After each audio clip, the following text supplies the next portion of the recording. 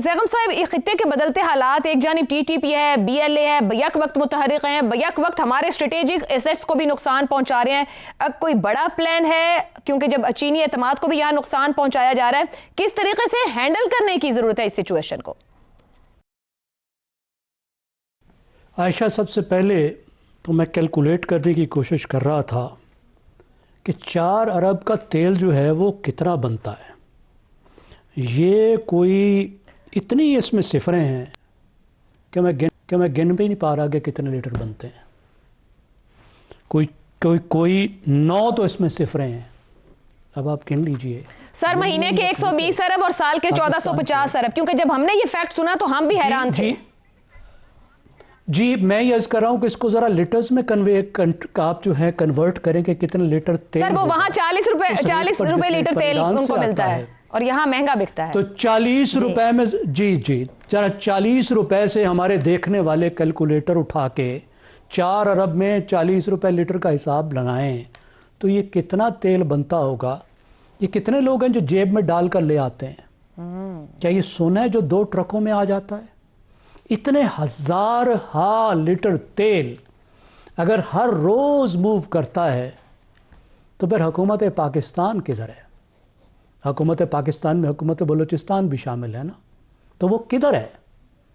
اور اگر گورننس کی یہ حالت ہے پاکستان میں کہ ہزار لیٹر سمگلڈ تیل بارڈر کراس کرتا ہے، پورے پاکستان میں ڈسٹریبیوٹ ہو جاتا ہے، اور وزیر دفاع پاکستان ایک صرف بیان ٹھوکتے ہیں کہ 4 ارب کا تیل ڈیلی آ رہا ہے اور اس سے پاکستان میں دہشت گردی ہو رہی ہے. اس کے بعد بات کرنے کی کیا رہ جاتی ہے؟ اس کے بعد تو نوحہ خوانی رہ جاتی ہے. اگر اتنے لیٹر تیل آ سکتا ہے سمگلنگ سے اور آ کے پورا سیل ہو سکتا ہے تو 300 دہشت گردوں کے لیے کون سی مشکل ہے؟ پھر تو ہزاروں دہشت گرد بھی گھس سکتے ہیں، پورے پاکستان میں جا سکتے ہیں. یہ اگر گورننس کی حالت ہے اور یہ گورننس پر ریئیکشن ہے کہ کوئی پالیسی نہیں ہے، کوئی لائحہ عمل نہیں ہے، ایک بیان ہے، دہائی ہے ہائیسٹ لیول سے، تو اس پر آدمی آگے کیا بات کرے؟ اب آپ دیکھیے جو حملہ ہوا ہے اس میں ان کی تعداد دیکھیے، ان کی کوارڈینیشن دیکھیے، ان کا اسلحہ دیکھیے، ان کا لاجسٹکس دیکھیے، کس طریقے سے وہ اس قابل ہوئے کہ یہ سارا کچھ کریں.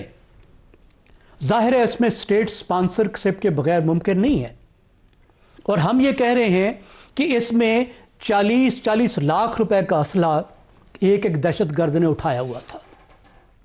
تو وزیر دفاع پاکستان نے تو بتا دیا 40 لاکھ کدھر سے آتا ہے. آپ بھارتی کو کہیں گے تو وہ کہے گا مجھے پیسے دینے کی کیا ضرورت ہے، تم تو خود سمگلنگ کرا کے ان کو تمام وسائل دے رہے ہو. اس گورننس کو دیکھنا ہوگا. یہ گورننس بہت بڑی بات ہے، اور یہ مسئلہ عسکری طور پر تو کرنا ہے، لیکن عسکری طور پر تو ہم لڑتے تھک جائیں گے اگر گورننس کے یہ حالات رہے تو، اور وہ بھی ایسے طور میں جب ہمیں نظر آ رہا ہے کہ گٹھ جوڑ پیدا ہو رہا ہے. زیغم صاحب، کیا جامع سیاسی سفارتی حکمت عملی ہونی چاہیے اس صورتحال میں، اگر ایسے فیکٹس موجود ہیں گورنمنٹ آف پاکستان کے پاس؟ دیکھیے میں آپ سے عرض کر رہا ہوں کہ سب سے پہلے آپ کو گورننس کو ٹھیک کرنا ہے، گھر کو ٹھیک کرنا ہے. عسکری طور پر تو ہم نے اب لڑنا ہی لڑنا ہے، کیونکہ وہاں پہ بی ایل اے بھی اکٹھی ہو گئی ہے، اس کے ساتھ ٹی ٹی پی بھی اکٹھی ہو گئی ہے. افغانستان تو ایکٹیولی ان کو سپورٹ کر رہا ہے، لیکن ایران کی زمین بھی ان کو دستیاب ہے، وہ بھی ہم نے لڑنا ہے. لیکن اس وقت بہت اہم بات ہے کہ ہم یہ ریئلائز کریں کہ یہ لمبی جنگ ہے، یہ ہفتوں مہینوں کی نہیں ہے، یہ سال ہر سال چلے گی. جب سال ہر سال چلے گی تو ہم نے دہشت گردوں اور عوام کو الگ کرنا ہے. جس طرح شہزاد صاحب کہہ رہے تھے کہ بلوچستان کے عوام کو ہم نے اپنے طرف لانا ہے، بالکل دہشت گردوں کی طرف نہیں جانے دینا. درست. اور وہ تبھی ممکن ہوگا جب آپ پولیٹیکل مسائل حل کریں، اور پولیٹیکل مسائل کا مطلب یہ ہے کہ ایسی گورننس ہو جو انکلوسیو بھی ہو اور جو افیکٹو بھی ہو، جو پیسے جا رہے ہوں وہ لوگوں کو بھی نظر آئے کہ خرچ ہو. دیکھیے اس نیا جو پاکستان کی 18ویں ترمیم ہوئی، اس کے بعد فیکس پیسے سب سے زیادہ بلوچستان میں جاتے ہیں. ٹھیک ہے، وہاں زمین کا پھیلاؤ بہت زیادہ ہے، پیسے کا اتنا اثر نہیں ہوتا جتنا ہونا چاہیے، لیکن کیا جو پیسہ جاتا ہے وہ پیسہ عوام کو نظر آتا ہے کہ ان کے پاس آ رہا ہے؟ ٹھیک ہو گیا. وہ اب بھی کہتے ہیں کہ ہمیں تو پیسہ نہیں مل رہا. بھئی آپ کو مل رہا ہے تو ان تک کیوں نہیں پہنچ رہا؟ یہ ساری چیزیں دیکھنے کی ضرورت ہے. درست ہو گیا. درست ہو گیا. حسن نثار صاحب, کس طریقے سے ان حملوں کو, حالیہ حملوں کو دیکھنے کی ضرورت ہے؟ اوپر بات ہوئی کہ گورننس, سیاسی معاشی حالات لوگوں تک پہنچنے کی ضرورت ہے, اس طرف کا سفر جاری ہے. پہلی بات یہ کہ آپ کے ویسے تناظر کا تو جواب ہی نہیں ہے.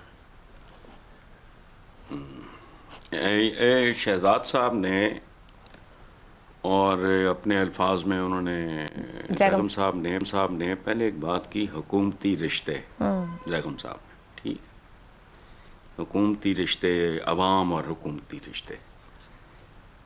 اس کو پلیز ذرا اگر آپ کے پاس مہلت ہو تو اس کو بلوچستان سے ذرا باہر نکالیں. صحیح. عوام, صرف بلوچستان نہیں, ایک بات, تاکہ کوئی سینس آف بلانگنگ, یہاں کسی کو کسی کے ساتھ کوئی دلچسپی نہیں ہے. اچھا, زیغم صاحب کا ایک جملہ ایک پورے تھیسس پہ بھاری ہے. انہوں نے چند چیزیں گنانے کے بعد کہا, جو ریٹن آن دا وال ہے, اس میں کوئی مطلب کچھ نو بڈی کین چیلنج, کہ اس کے بعد کوئی بات ہی باقی نہیں رہتی. یہ لفظ میرے ہیں, مفہوم ان کا میں ظاہر رٹا تو نہیں لگاتا میں. ان دو کے بعد, اچھا, پھر شرارت آپ کی پورا تناظر بیان کرنے کے بعد آپ کیوں ہمیں اتنے لوگوں کو امتحان میں ڈال رہی ہیں. میں تھوڑی سی ایک ڈیفرنٹ بات کروں گا. یہ پورے کا پورا خطہ بددعایا ہوا ہے, ورنہ میں ایک عجیب سی بات کرنے لگا ہوں. تصور کریں, اگر 3 ایٹمی طاقتیں, آبادی,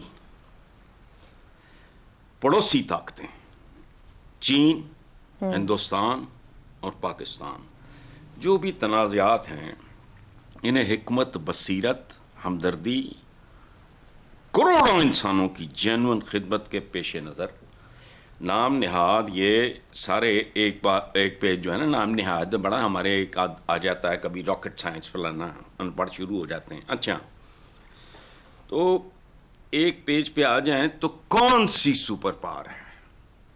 یہ ساری خباستیں, ضلالتیں ہو کیوں رہی ہیں؟ وجہ, if these 3 countries, امریکہ ملک ہی نہیں ہے, وہ تو باندھ کے جانور اکٹھے ہوئے ہیں اور وہ ایک قوم بن گئے ہیں. ہم صدیوں سے اتنی قربت کے ساتھ اکٹھے رہنے کے بعد, میں چائنا کی بات نہیں کر رہا, ہمارا تو ابھی 78 سال کچھ بھی نہیں, وہاں بھی کروڑوں مسلمان بستے ہیں. جاہل لیڈرشپ ہے, ویژن سے آ رہی ہے. تصور کریں ایک لمحے کے لیے, میں خواب کی بات کر رہا ہوں. ارے خاص طرح کے لوگ خواب دیکھتے ہیں. اقبال کے خواب کا کیا بنا ہے, جناح کے خواب کا کیا بنا ہے, بس خواب ہوتے ہیں.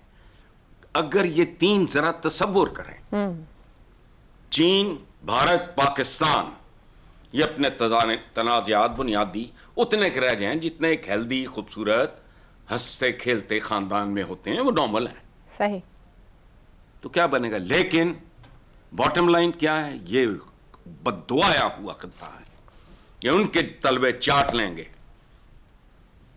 ایک دوسرے کو کمزور کریں گے, اور بارہ چلیں. ٹھیک ہو گیا, ٹھیک ہو. رضا رومی صاحب, حالیہ بلوچستان حملے, بین الاقوامی طاقتیں, بھارت, افغانستان, اسرائیل, امریکہ, یہ بلوچستان کا کرائسس, کون کون کس کس طرح اپنے مفادات کے لیے استعمال کرنا چاہ رہا ہے, کس کس کے اعتماد کو نقصان ہو رہا ہے یہاں پر؟ بہت کچھ کہہ دیا گیا ہے عائشہ. میرے خیال سے جو کچھ پہلے شہزاد صاحب نے اور زیغم صاحب نے کہا, میں اس سے مکمل اتفاق کرتا ہوں. اور جو اس مسئلے کی پیچیدگی جو ہے وہ اس میں ہر سال اضافہ ہوا ہے, اور اکا دکا بیچ میں اس طرح کے انیشیٹیوز لیے گئے کہ وہاں پر بلوچستان کے جو مختلف سٹیک ہولڈرز ہیں ان کو اعتماد میں لے کر ایک مستقبل کا لائحہ عمل بنایا جائے.